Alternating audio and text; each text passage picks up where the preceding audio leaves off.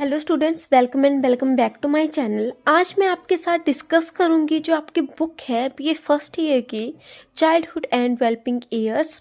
तो सबसे पहले अगर मैं इस पेपर की बात करूं तो 80 मार्क्स का आपका ये पेपर आता है। आज हम डिस्कस करेंगे यूनिट नंबर 1। सो ये आपके यूनिट नंबर 1 है, उसमें जो आपका फर्स्ट टॉपिक है 4 आपको टॉपिक्स दिए जाते हैं और उन 4 टॉपिक्स में से जो है वो आपने कोई 3 जो है वो अच्छी तरह से जो है वो कवर करने होते हैं। तो जो आपका पहला टॉपिक है यूनिट नंबर 1 से वो है education psychology, meaning, nature, scope and role of education psychology in teaching learning process. ठीक है, ये आपका यूनिट नंबर जो 1 है उसमें आपका फर्स्ट टॉपिक आता है। सो जो आपका फर्स्ट टॉपिक है उसके बारे में सबसे पहले अगर हम डिस्कस करेंगे तो आपको सबसे पहले आता है एजुकेशनल साइकोलॉजी मीनिंग। ठीक है, सबसे पहले क्या आता है कि इसका मीनिंग आपको आता है। सो मनोविज्ञान एक बहुत ही विस्तृत ज्ञान है। मनोविज्ञान से अभिप्राय ऐसे विज्ञान है जिसके अंतर्गत प्राणियों के व्यवहार एवं मानसिक तथा दैहिक प्रक्रियाओं का संपूर्ण अध्ययन जो है वो किया जाता है। इस विज्ञान में मानव व्यवहार के साथ साथ पशु पक्षियों के व्यवहार का भी संपूर्ण अध्ययन किया जाता है। मनोविज्ञान का शाब्दिक अर्थ है मन का विज्ञान। जो मनोविज्ञान है उसका शाब्दिक अर्थ है मन का विज्ञान। शाब्दिक अर्थ की दृष्टि से मनोविज्ञान अध्ययन की वह शाखा है जो मन का अध्ययन करती है। मनोविज्ञान ग्रीक भाषा के 2 शब्दों साइको प्लस लोगस से मिला है जिसका अर्थ है साइकोलॉजी। साइको का अर्थ है आत्मा और लोगस का अर्थ है विज्ञान। क्या अर्थ हुआ? साइको का अर्थ है आत्मा तथा लोगस का अर्थ हुआ विज्ञान। 16 नंबर का आपका जो है ये वाला जो है वो क्वेश्चन बनेगा। कितने? 16 नंबर का। 16 नंबर का, ठीक है। या तो 16 नंबर का प्रश्न आएगा, 2 नंबर का प्रश्न आएगा या 4 नंबर का जो है वो आपसे जो है वो प्रश्न पूछा जा सकता है एजुकेशन साइकोलॉजी पर। तो मनोविज्ञान ग्रीक भाषा के 2 शब्दों से मिलकर जो है वो बना है। ठीक है, तो पहला शब्द है साइको प्लस लोगस। साइको का अर्थ होता है आत्मा और साइको का अर्थ होता है आत्मा तथा लोगस का अर्थ होता है विज्ञान। 16 या 2 नंबर का जो है वो प्रश्न आता है आपको इसमें से। ठीक है, 16 या 2 नंबर का। मनोविज्ञान वह विज्ञान है जिसके अंतर्गत प्राणियों और वातावरण की पारस्परिक अंतक्रियाओं का जो है वो अध्ययन किया जाता है। अगर हम इजी वर्ड्स में बोले तो मनोविज्ञान जो है वो मन का विज्ञान है। इस मनोविज्ञान में मानव व्यवहार के साथ साथ किसका जो है पशु पक्षियों का जो है पशु पक्षियों के व्यवहार का भी संपूर्ण अध्ययन किया जाता है और इसका शाब्दिक अर्थ है मनोविज्ञान का मन का विज्ञान। इसके साथ हम मनोविज्ञान की 3 परिभाषाएं भी देखेंगे। पहली परिभाषा दी गई है पील के अनुसार। इजी जो है वो परिभाषाएं मैंने आपको यहाँ बताने की कोशिश की है। पहली परिभाषा के अनुसार, पील के अनुसार, शिक्षा मनोविज्ञान शिक्षा मनोविज्ञान शिक्षा का विज्ञान है। दूसरी परिभाषा आपकी आती है ट्रो के अनुसार। शिक्षा मनोविज्ञान शिक्षा संस्थाओं के मनोविज्ञान तत्वों का अध्ययन करता है। क्रो के अनुसार संक्षिप्त रूप में मनोविज्ञान मानव व्यवहार और मानवीय संबंधों का अध्ययन है।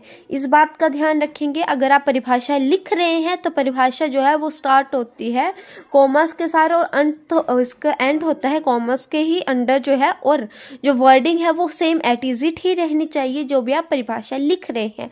मतलब अगर आप पील के अनुसार जो परिभाषा लिख रहे हैं उसमें अगर आप लिख रहे हैं शिक्षा मनोविज्ञान शिक्षा का विज्ञान है तो शिक्षा मनोविज्ञान को शिक्षा का विज्ञान कह सकते हैं। इस तरह से आप परिभाषा को डिफाइन नहीं कर सकते हैं। ठीक है, फिर आपका आता है नेचर आपका आता है और उसके साथ आता है स्कोप। अगर हम नेचर की बात करें तो यहाँ पर मैंने कुछ पॉइंट्स लिखे हैं। पहला पॉइंट आपका आता है शिक्षा मनोविज्ञान एक समर्थक विज्ञान है। दूसरा है समाजीय विज्ञान के रूप में शिक्षा मनोविज्ञान है। तीसरा विकासशील विज्ञान के रूप में शिक्षा मनोविज्ञान विकासशील विज्ञान के रूप में शिक्षा मनोविज्ञान। चौथा पॉइंट शिक्षा मनोविज्ञान द्वारा शैक्षिक समस्याओं का समाधान। सकारात्मक विज्ञान। शिक्षा मनोविज्ञान अन्य विज्ञानों से संबंधित। आपका 7वां पॉइंट जो आता है वो आता है शिक्षा मनोविज्ञान प्रयोगात्मक विज्ञान के रूप में। और 8वां पॉइंट शिक्षा मनोविज्ञान बालक के शारीरिक विकास से संबंध रखता है।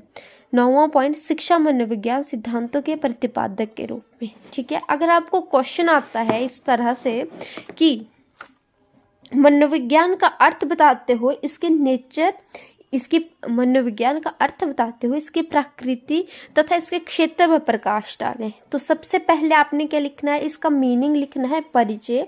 उसके पश्चात आपने लिखना अर्थ, अर्थ के बाद आप लिखेंगे परिभाषा। दो जो मैंने यहाँ पर आपको 3 परिभाषाएं दी। फिर आप लिखेंगे नेचर। सबसे पहले फ्लो डायग्राम बनानी है। पेपर अटेम्प्टेशन जो है वो काफ़ी इंपॉर्टेंट रखता है आपका बीएड के एग्जाम में। इस बात का भी आप ध्यान रखेंगे कि जो आप अटेम्प्टेशन कर रहे हैं, अगर आप जो है वो फ्लो डायग्राम बना रहे हैं 60 नंबर के क्वेश्चन के लिए, तो वो फ्लो डायग्राम जो है 8 पेजेस में आपको एक क्वेश्चन कवर करना होता है। तो आपको नेचर भी दिया गया है और स्कोप भी दिया गया है। तो नेचर की जो आपने डायग्राम है वो काफ़ी जो है वो फ्लो डायग्राम जो है वो कम पेज में जो है वो अटेम्प्ट करने की कोशिश करनी है। मीन्स हाफ से थोड़ा सा कम आपने जो है इसमें जो है वो कवर करना है, ताकि जो आपका लिखने का मटेरियल है आप ज़्यादा से ज़्यादा अच्छे तरह से डिफाइन कर पाएँ क्वेश्चन को। अब यहाँ पर आपने शिक्षा मनोविज्ञान की प्रकृति की मैंने आपको 9 पॉइंट्स बताए, तो हम देखते हैं 9 पॉइंट्स को। शिक्षा मनोविज्ञान की विभिन्न परिभाषाओं के विश्लेषण से इसका स्वरूप स्पष्ट होता है। शिक्षा मनोविज्ञान मनोविज्ञान का एक बहुत ही आवश्यक अंग है। इस मनोविज्ञान के द्वारा बालक के व्यवहार का पूर्ण रूप से जो है वो अध्ययन किया जाता है और उनकी समस्याओं का समाधान किया जाता है, ताकि वे अपने भावी जीवन के लिए तैयार हो सके। प्रकृति में सबसे पहले आपने ये लिखना है, उसके बाद आप फ्लो डायग्राम बनाएंगे एक छोटी सी। ठीक है, अगर आपको फ्लो डायग्राम नहीं आती है बनाने तो कमेंट सेक्शन में कमेंट कीजिएगा, मैं वो भी बनाकर जो है वो बता दूंगी। शिक्षा मनोविज्ञान एक समर्थक विज्ञान है। एक्सप्लेन अगर मैं इस पॉइंट को करूं तो विज्ञान के 2 मुख्य प्रकार हैं, जिन्हें समर्थक विज्ञान मीन्स पॉजिटिव साइंस तथा आदर्श सूचक विज्ञान नॉर्मल साइंस कहते हैं। आदर्श सूचक विज्ञान या नॉर्मल साइंस कहते हैं। शिक्षा मनोविज्ञान वास्तव में किसी विषय का अध्ययन उसी रूप में करता है जिस रूप में वह होता है, अतः यह एक समर्थक विज्ञान है। अपने इस स्वरूप के कारण यह विज्ञान वातावरण में भौतिकी, रसायन शास्त्र आदि की श्रेणी में आता है। इस आधार पर यह दर्शन शास्त्र, नैतिक शास्त्र आदि आदर्श सूचक विज्ञान से भिन्न है। सेकंड जो मैंने आपको पॉइंट बताया वो है सामाजिक विज्ञान के रूप में शिक्षा मनोविज्ञान। शिक्षा मनोविज्ञान मनुष्य में सामाजिक गुणों का विकास करता है। तो यहाँ पर बताया गया है कि जो शिक्षा मनोविज्ञान है उसके प्रकृति की कैसा है शिक्षा मनोविज्ञान, उसमें क्या क्या आता है। सबसे पहले हमने पढ़ा कि शिक्षा मनोविज्ञान एक समर्थक विज्ञान है। समर्थक विज्ञान है मीन्स इसमें पॉजिटिव साइंस आती है, नॉर्मल साइंस आती है। इसमें व्यक्ति का जो है वो एक समर्थक रूप जो है वो विस्तृत का वर्णन किया जाता है। फिर आता है सामाजिक विज्ञान के रूप में शिक्षा मनोविज्ञान। जो शिक्षा मनोविज्ञान है उससे जो है वो सामाजिक गुणों का विकास होता है व्यक्ति में। जिस प्रकार सामाजिक ज्ञान सामाजिक समस्याओं से संबंधित है, उसी प्रकार शिक्षा मनोविज्ञान व्यक्ति के सामाजिक पक्ष को शिक्षा प्रक्रिया का महत्वपूर्ण अंग मानता है। ठीक है, यहाँ पर बताया गया है कि जिस प्रकार जो है वो सामाजिक ज्ञान सामाजिक समस्याओं से संबंध रखता है, उसी प्रकार शिक्षा मनोविज्ञान व्यक्ति के सामाजिक पक्ष को शिक्षा प्रक्रिया का महत्वपूर्ण अंग मानता है। थर्ड पॉइंट आता है आपका विकासशील विज्ञान के रूप में शिक्षा मनोविज्ञान। यह एक विकासशील विज्ञान है जो निरंतर हो रही खोजों के कारण तीव्रता से विकास कर रहा है। तो शिक्षा मनोविज्ञान विकासशील विज्ञान के रूप में। शिक्षा मनोविज्ञान द्वारा शैक्षिक समस्याओं का समाधान। जो शिक्षा मनोविज्ञान है उसके द्वारा जो है वो अध्यापक जो है वो शैक्षिक समस्याओं, अध्यापक या कोई व्यक्ति विशेष जो है वो शैक्षिक समस्याओं का जो है वो हल कर सकता है। शिक्षा मनोविज्ञान द्वारा विभिन्न प्रकार की शैक्षिक समस्याओं के समाधान में सहायता प्रदान करता है। नेक्स्ट आता है सकारात्मक विज्ञान। शिक्षा मनोविज्ञान मानव व्यवहार को बेहतर बनाने वाला विज्ञान है, यह एक सकारात्मक विज्ञान है। शिक्षा आपका पॉइंट आता है, शिक्षा मनोविज्ञान अन्य विज्ञानों से संबंधित। शिक्षा मनोविज्ञान जो है वो अन्य विज्ञानों से भी जो है संबंधित है। शिक्षा मनोविज्ञान अन्य कई विषयों से संबंधित है, यह अन्य विषयों को प्रभावित करता है। शिक्षा मनोविज्ञान प्रयोगात्मक विज्ञान के रूप में, शिक्षा मनोविज्ञान जो है में प्रयोगों का अत्यंत महत्व है। इसमें किसी समस्या के समाधान के लिए अनेक प्रयोगों का सहारा लिया जाता है। प्रयोगों के बिना अध्ययन जो है वो अधूरा है। शिक्षा मनोविज्ञान बालक के शारीरिक विकास से संबंध रखता है। जो शिक्षा मनोविज्ञान की प्रकृति है, प्रकृति नेचर जो है वो कहता है कि जो शिक्षा मनोविज्ञान है बालक के शारीरिक विकास से संबंध रखता है। मतलब कि जो शिक्षा मनोविज्ञान बालकों के शारीरिक विकास को प्रभावित करने वाले विभिन्न कारकों का अध्ययन किया है तथा इसके समुचित विकास का सुझाव देता है। 9th आपका पॉइंट आता है, शिक्षा मनोविज्ञान सिद्धांतों के प्रतिपादक के रूप में। मतलब अनुसंधान के आधार पर शिक्षा मनोविज्ञान अनेक शैक्षिक सिद्धांतों के प्रतिपादित करता है। ये था नेचर, 9 पॉइंट है। अब इसका आता है आपको स्कोप या क्षेत्र।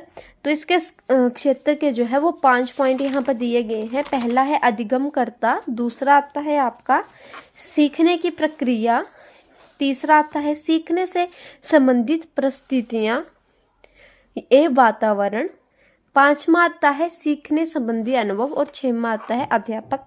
5वां आता है अध्यापक। तो इसको हम अपनी नेक्स्ट वीडियो में कवर करेंगे। नेक्स्ट वीडियो में हम कवर करेंगे आपके scope and role of education psychology in teaching learning process.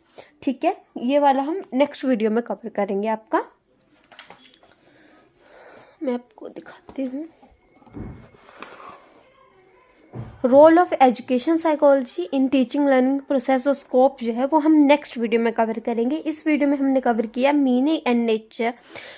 अगर आपके लिए मेरी वीडियो थोड़ी भी हेल्पफुल रहती है तो प्लीज़ वीडियो को लाइक कीजिएगा, चैनल को सब्सक्राइब कीजिएगा और अपने फ्रेंड्स के साथ जो है वो ज़्यादा से ज़्यादा जो है वो शेयर कीजिएगा। अगर आपकी कोई भी क्वेरी है तो कमेंट सेक्शन में एक कमेंट करके ज़रूर चाहिएगा। Thank you for watching. और इन लास्ट जब आपकी यूनिट नंबर 1 हो जाएगी तो हम इसको अटेम्प्ट करेंगे अकॉर्डिंग टू पेपर के हिसाब से जो है वो आपको नोट्स प्रोवाइड करने की मैं पूरी कोशिश करूँगी। या तो आपको मेरे टेलीग्राम चैनल पर प्रोवाइड किए जाएंगे या मेरे इंस्टाग्राम अकाउंट से, बट आपको जो है वो जो मैं नोट्स बना रही हूँ वो प्रोवाइड ज़रूर किए जाएंगे अगर आप एक कमेंट करेंगे। Thank you for watching. और प्लीज़ वीडियो को सब्सक्राइब और वीडियो को लाइक, चैनल को सब्सक्राइब और एक कमेंट करके ज़रूर जाइएगा। Thank you for watching.